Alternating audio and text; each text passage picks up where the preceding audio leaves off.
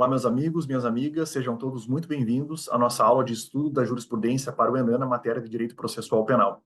Para quem não me conhece, meu nome é Rodrigo Maier Meleu, sou juiz de Direito no estado do Rio Grande do Sul, já fui delegado de polícia em Santa Catarina, promotor de justiça em Minas Gerais, no Distrito Federal e no Rio Grande do Sul, dou aula em cursos preparatórios desde 2017 e desde o ano passado também atuo na preparação de candidatos para provas orais de concursos públicos de carreira jurídica. Para mim, é motivo de grande orgulho, de muita alegria, ter sido convidado pelo Decorando a Lei Seca para gravar essas aulas de estudo da jurisprudência para o ENAM nas matérias de Direito Penal e Processo Penal, simplesmente porque o Decorando a Lei Seca foi a melhor ferramenta que eu encontrei na minha preparação para concursos públicos, que durou mais de 13 anos, para o estudo da legislação. Bom, sem mais delongas, vou começar a compartilhar com os colegas o material que eu preparei para essa aula. Basicamente, nós vamos trabalhar jurisprudência, então, no âmbito do processo penal. Nós sabemos que o processo penal, no edital do ENAM, não é uma matéria autônoma, não é uma matéria que faz parte, na verdade, do programa de direito constitucional, mas também identificamos cobrança específica da matéria de direito processual penal, no ENAM, e, inclusive, cobrança, embora não da literalidade em si, mas cobrança de dispositivos que estão previstos no próprio Código de Processo Penal, ou seja, não somente na Constituição Federal.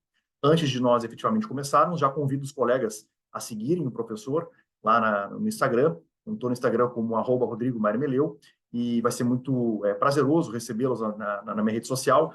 Seguidamente posto dicas jurídicas e não jurídicas de preparação para concursos públicos, e também convido os colegas a tirarem uma foto, marcarem o professor, marcarem o Decorando a Lei Seca. Para mim é sempre muita alegria poder fazer essas repostagens, né? Quando os colegas tiram fotos e me marcam no Instagram, sempre reposto meus stories. Vai ser um grande prazer também fazer a repostagem da tua publicação. Bom, colegas, nós vamos começar com temas provas no âmbito jurisprudencial. Nós sabemos que o temas provas talvez seja hoje o tema mais pulsante na jurisprudência dos tribunais superiores. E nós vamos começar, então, tratando de prova testemunhal e ampla defesa, num recurso especial 2.098.923 do Paraná, com a relatoria do ministro Ribeiro Dantas, julgado pela 5ª turma do STJ em maio de 2024, 28 de maio de 2024, bastante recente, portanto. Nós vamos trabalhar da seguinte maneira: eu destaquei alguns trechos das ementas desses julgados que nós vamos trabalhar hoje. Eu vou fazer a leitura desses trechos das ementas, eventualmente das teses que foram firmadas, e depois da leitura, a gente faz a explicação dos principais aspectos. Nós sabemos, antes de mais nada, é importante salientar, nós estamos nos preparando para uma prova objetiva. E em provas objetivas, em relação à jurisprudência, o mais importante é nós termos noção exata da conclusão do julgado.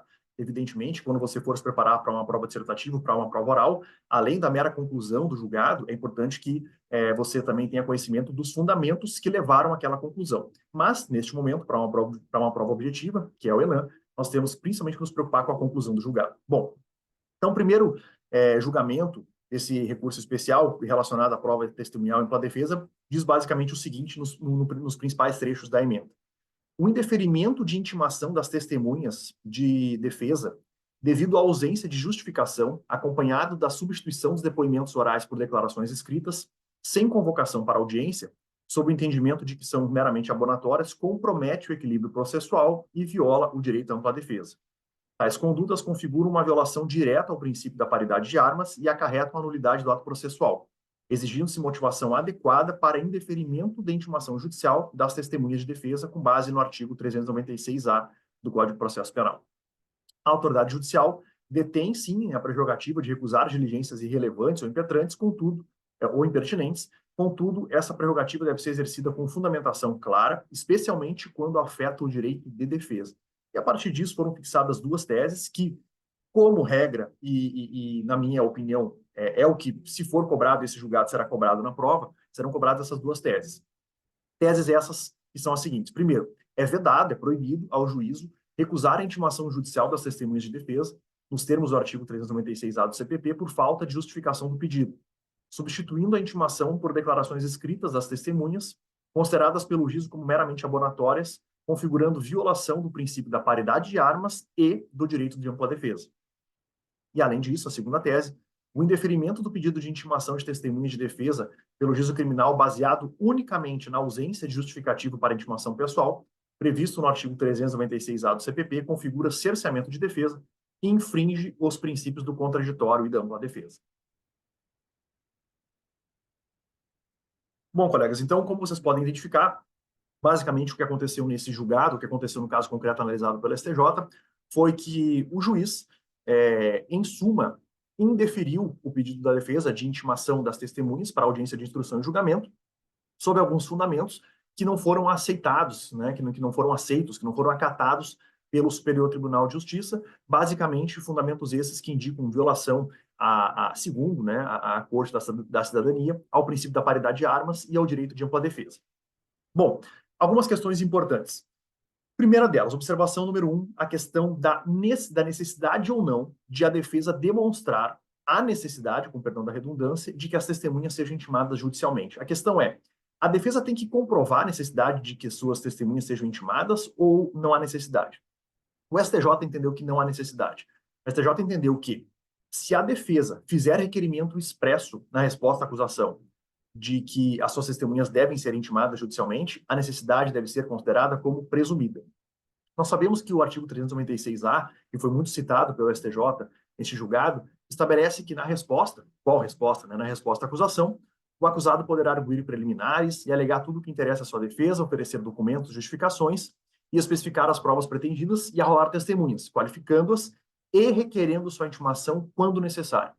Esse trecho, no sentido de arrolar as testemunhas e requerer sua intimação quando necessário, é que o Superior Tribunal de Justiça entendeu que, havendo o mero requerimento, a necessidade seria presumida. Portanto, não pode o juiz exigir da defesa que comprove a necessidade de intimação judicial de suas testemunhas. Não.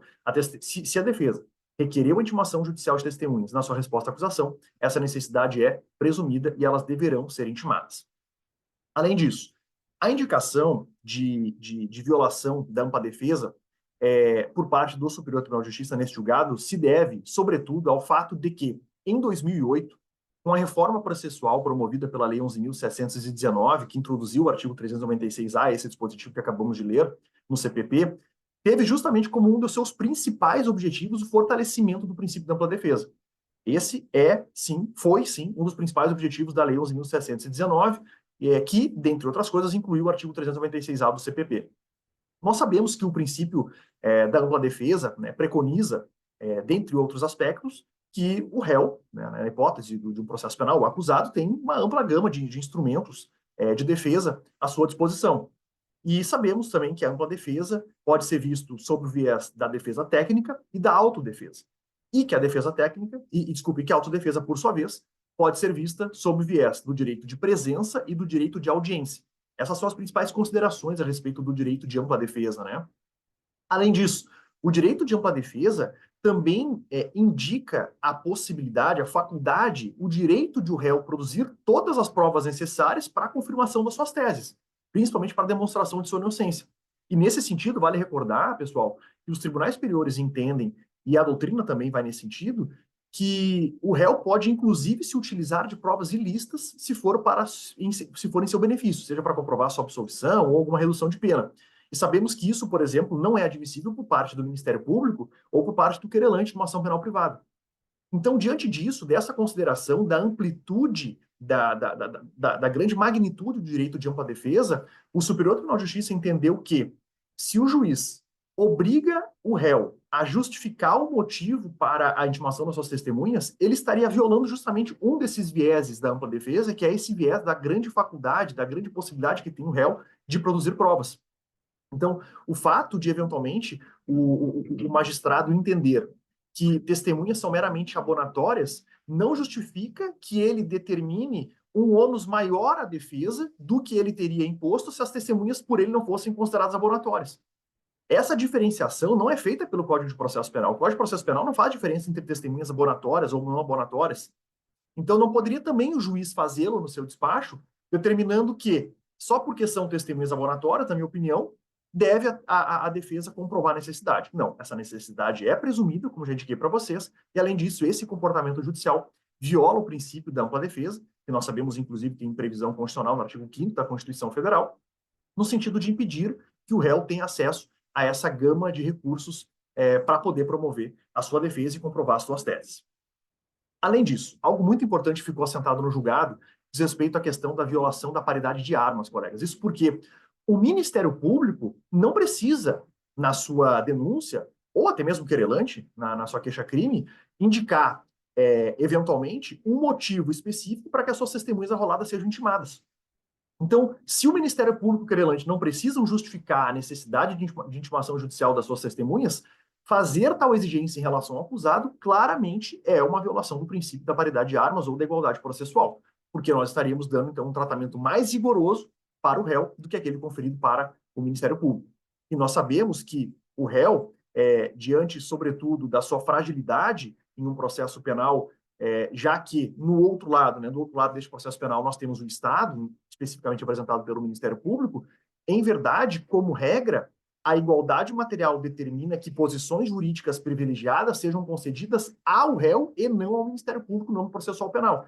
Há divergência sobre isso, há muitas críticas, inclusive, sobre isso, no sentido de haver muitos direitos em favor do réu, poucos direitos em favor da vítima, a título de exemplo, mas a verdade é que, reconhecida a maior fragilidade num processo para o réu, a igualdade material determina e determinaria, portanto, que eventual privilégio fosse a ele concedido, como, inclusive, é concedido a ele eventual privilégio, por exemplo, na revisão criminal, somente a favor do réu. Então, fazer essa exigência de que o réu faça justificativa, comprove a necessidade de intimação das suas testemunhas, enquanto a mesma exigência não é feita do Ministério Público, seria claramente uma violação do princípio da paridade de armas. Representa uma violação do princípio da paridade de armas ou da igualdade processual, sobretudo da igualdade material, que é necessária ser verificada no processo penal. E, por fim, aquilo que eu já disse para vocês, não há, no Código de Processo Penal, qualquer tipo de hierarquia entre provas. Tampouco qualquer tipo de referência no sentido de que testemunhas laboratórias têm menos importância do que outro tipo de testemunha. Portanto, não poderia o juiz, pelo simples fato de considerar que as testemunhas arroladas pelo réu são laboratórias, determinar que, ao invés de elas serem ouvidas em audiência, a defesa simplesmente substitua essas oitivas por declarações escritas. Justamente em virtude da ausência de qualquer tipo de hierarquia sobre as provas, especificamente sobre as provas testemunhais, neste caso, não pode o juiz fazer essa diferenciação. Repito, se a defesa arrola testemunhas na resposta à acusação, essas testemunhas devem ser intimadas se assim for requerido pela defesa. Porque a necessidade vai ser presumida e porque não há qualquer tipo de diferenciação entre testemunhas abonatórias ou não abonatórias. E só para deixar claro, né, nós sabemos que testemunhas abonatórias são aquelas testemunhas arroladas pelo réu, via de regra, para abonar sua conduta social. Para falar bem do réu em relação aos seus aspectos sociais, na sua vida no trabalho, sua vida na família.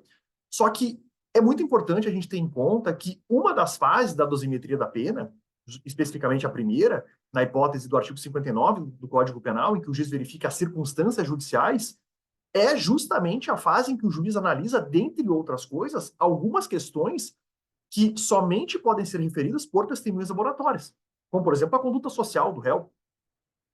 Então, é muito importante que nós tenhamos em mente que testemunhas abonatórias não são menos importantes do que testemunhas não abonatórias, do que testemunhas que efetivamente visualizaram os fatos, por exemplo. Isso porque, inclusive, na dosimetria das penas, a conduta social do réu é valorada. E para esse tipo de valoração, as testemunhas abonatórias, por exemplo, são extremamente relevantes. Então, em resumo, pessoal, concluindo o primeiro julgado, não pode o magistrado exigir que a defesa apresente justificativa específica e comprove a necessidade de que as testemunhas por ela arroladas, em sua resposta à acusação, sejam intimadas somente se houver demonstração de algum tipo de necessidade específica. Não. Se a defesa, eventualmente, arrolou uma testemunha em sua resposta à acusação, independentemente de ela comprovar ou não a necessidade, essa testemunha deverá ser intimada para ser ouvida, mesmo que seja uma testemunha meramente abonatória. Não podendo o magistrado, a não ser que tenha algum motivo muito forte que possa justificar de maneira robusta, indeferir de maneira abstrata e pelo simples fato de a defesa não ter comprovado a necessidade, a intimação dessa testemunha para comparecer à audiência. Além disso, fazer essa exigência é violar o princípio da paridade de armas, já que o Ministério Público não tem esse ônus de comprovar a necessidade de intimação das suas testemunhas. O primeiro julgado, então, importante, era esse. Vamos agora falar de um julgamento também de maio de 2024, só que agora do Supremo Tribunal Federal. Nós vamos tratar de uma ação direta de inconstitucionalidade, a ADI 7192, teve como relator o ministro Luiz Fux, julgamento, evidentemente, pelo Tribunal Pleno, estamos diante de uma ADI, que trata do tema da solicitação da autoridade policial ao Ministério Público de ação cautelar de prova antecipada na lei Henri Borel. Bom, o que nós temos de importante na ementa, né? O artigo 21, parágrafo 1º da Lei 14.344 de 2022, que é a Lei Henri Borel, conhecida como Lei Henri Borel, prevê que a autoridade policial poderá requisitar ao Ministério Público a propositura de ação cautelar de antecipação de prova nas causas que envolvam violência contra criança ou adolescente. Nós vamos identificar que justamente o grande ponto polêmico sobre esse julgado é o ponto da palavra requisitar, e qual a abrangência e qual o significado dela no caso concreto. Então, a controvérsia reside justamente no emprego do termo requisitar, usualmente interpretado como determinar. Questiona-se assim a possibilidade de a lei prever que a autoridade policial pode ou não determinar ao Ministério Público a propositura de uma ação cautelar de antecipação de provas em caso de violência contra vítimas menores de idade. Bom, a palavra requisitar, utilizada nesse dispositivo, no parágrafo 1º do artigo 21 da Lei Henri Borel, para se referir à provocação da atuação do Ministério Público pela autoridade policial, tem um sentido comumente interpretado no âmbito processual penal como o de dar ordem, como o de determinar. É possível, contudo, que seja compreendido como solicitar, requerer, dada a polissemia do vocábulo. A natureza não cogente da provocação, proveniente da autoridade policial, deriva da autonomia concedida por norma constitucional ao Ministério Público. Além disso, a Constituição prevê que o controle externo da atividade policial é atribuição do Ministério Público, de modo que não pode haver subordinação do Ministério Público à Polícia Judiciária. Nesse sentido, foi julgada parcialmente procedente esta ação direta de inconstitucionalidade, de modo a assentar que o delegado de polícia pode solicitar ao Ministério Público a propositura de ação cautelar de antecipação de produção de prova nas causas que envolvam violência contra criança e adolescente, cabendo ao membro desta última instituição avaliar se entende ser ou não o caso de atuação, nos limites da sua independência funcional e observados os deveres que lhe são inerentes. Bom, colegas, basicamente, então, esse julgado tinha como finalidade apreciar o termo requisitar, que está previsto no artigo 21, parágrafo 1º da Lei Henri Borel, como forma de estabelecer se esse termo requisitar tem ou não um sentido de dar ordem, um sentido de determinar. A requisição, no âmbito do direito processual penal, como regra, é entendida justamente como uma forma de uma ordem, como uma forma de uma imposição. Então, a título de exemplo, quando o Ministério Público ou quando o Poder Judiciário requisita a instauração de inquérito policial para a Polícia Judiciária, para a Polícia Civil, por exemplo, esse termo requisitar deve ser entendido como uma ordem.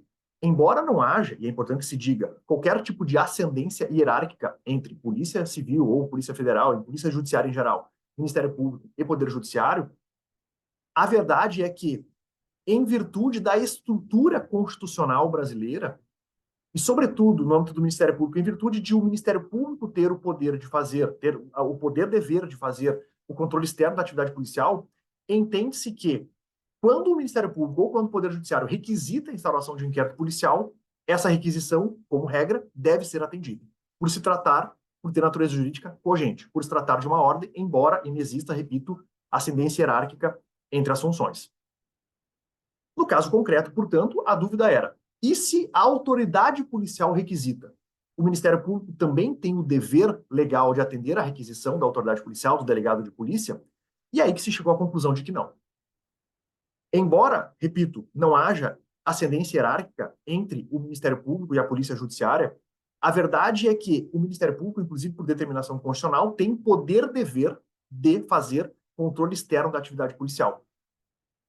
Portanto, se o Ministério Público tem o poder-dever de fazer o controle externo da atividade policial, de certa forma, o Ministério Público tem o poder-dever, portanto, de controlar a atuação, evidentemente a atuação finalística, né, no sentido de verificar se a Polícia Judiciária tem ou não tem cumprido os seus regramentos legais.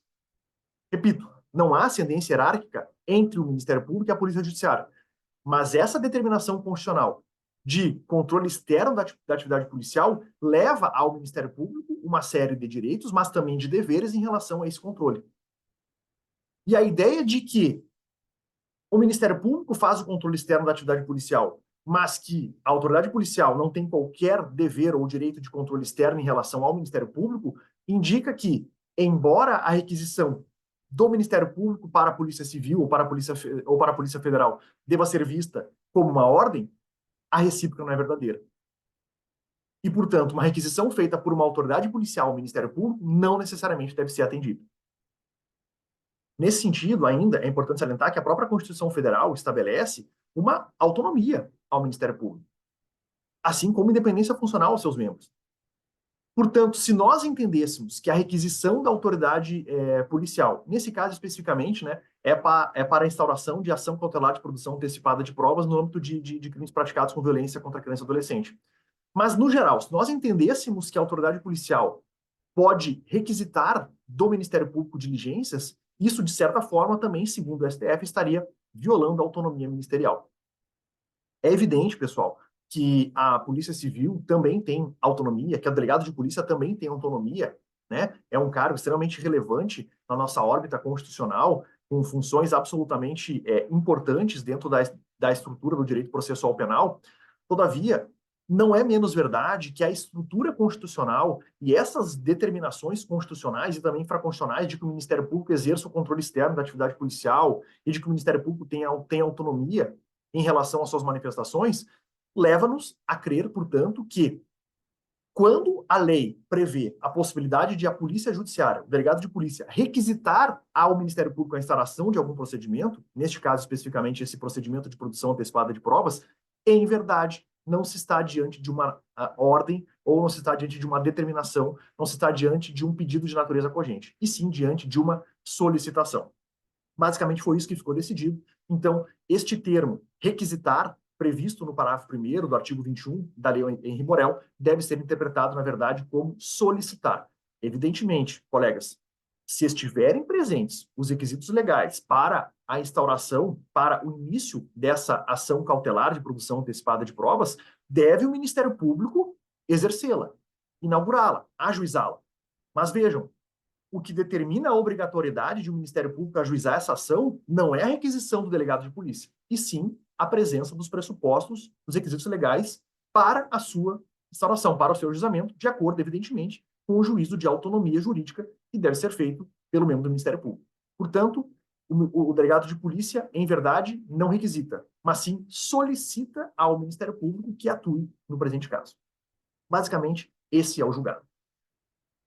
Terceiro julgado. Vamos falar um pouquinho, pessoal, sobre print screen e cadeia de custódia, né? Sobre a prova a partir da captura de telas.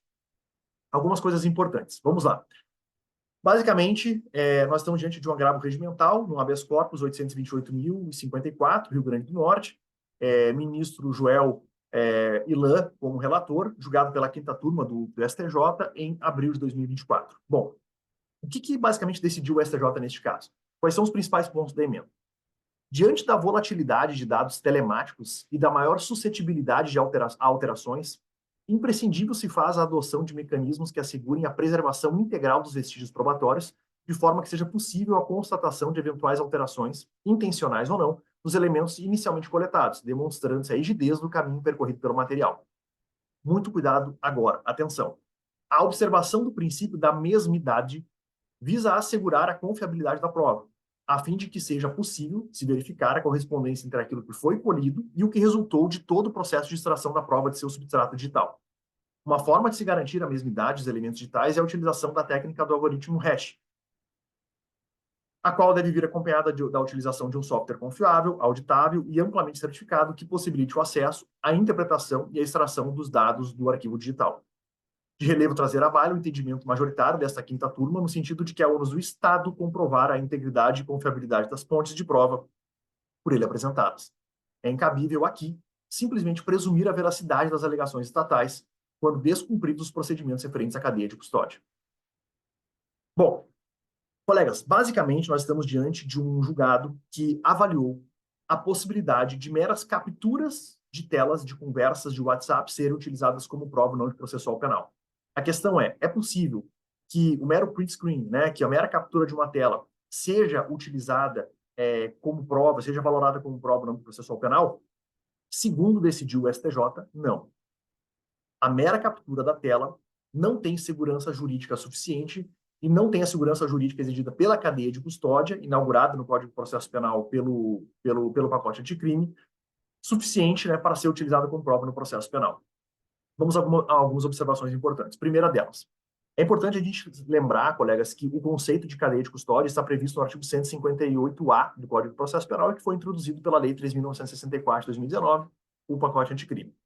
E o conceito de cadeia de custódia, basicamente, é o conjunto de todos os procedimentos utilizados para manter e documentar a história cronológica do vestígio, coletado em locais ou vítimas de crime, para rastrear a sua posse e manuseio a partir do seu reconhecimento até o descarte.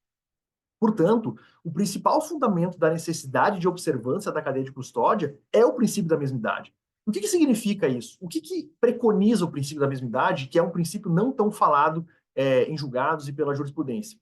Basicamente, ele preconiza a necessidade de que o vestígio extraído do corpo de delito seja exatamente o mesmo vestígio que vai ser valorado pelo magistrado no momento da avaliação da prova e da prolação da sentença. Portanto, a cadeia de custódia visa a assegurar que o vestígio coletado no local de um crime ou na vítima de um crime é o mesmo vestígio que vai estar sendo avaliado e valorado pelo magistrado no momento da prolação da sentença. Isso é o princípio da mesmidade. Ou seja, o vestígio coletado no local do crime ou na vítima de um crime deve ser o mesmo a ser valorado pelo magistrado no momento de prolatar a sentença. E esse princípio da mesmidade somente pode ser assegurado justamente por esse conjunto de procedimentos que visam a documentar a cronologia da prova, que nada mais é do que a cadeia de custódia. Bom, é inegável, colegas, que os vestígios digitais são os mais suscetíveis de alterações, inclusive alterações imperceptíveis. E sejam elas alterações de boa ou de má fé, às vezes até sem intenção. Mas, tendo em vista que os vestígios digitais são os meios probatórios mais suscetíveis de alterações, é justamente por isso que deve-se adotar ainda mais rigor na cadeia de custódia quando as provas coletadas forem justamente provas digitais. Inclusive, e o STJ falou sobre isso no julgado, a ABNT elenca 4 elementos essenciais do tratamento das provas digitais, que são a auditabilidade, a repetibilidade, a reprodutibilidade e a justificabilidade.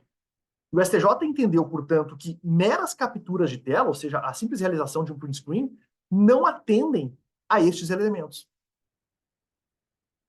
E o STJ, inclusive, indicou, na verdade, deu uma sugestão de que uma das formas de se cumprir estes requisitos e, portanto, de se identificar esses elementos na coleta de provas digitais é justamente a utilização do código hash, que nada mais é do que um código alfanumérico gerado a partir da criação de um documento digital em sua versão original.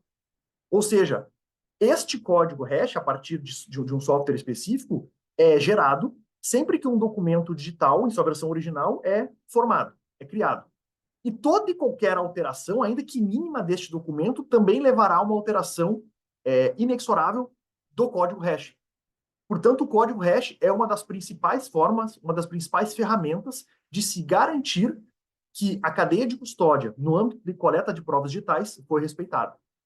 Então, em resumo, finalizando este julgado, o STJ entendeu que a simples captura de telas de conversas no celular, por meio do aplicativo WhatsApp, não observa o princípio da mesmidade e, portanto, não denota o respeito necessário à cadeia de custódia e, portanto, no fim, não é admitida a sua utilização no âmbito processual penal.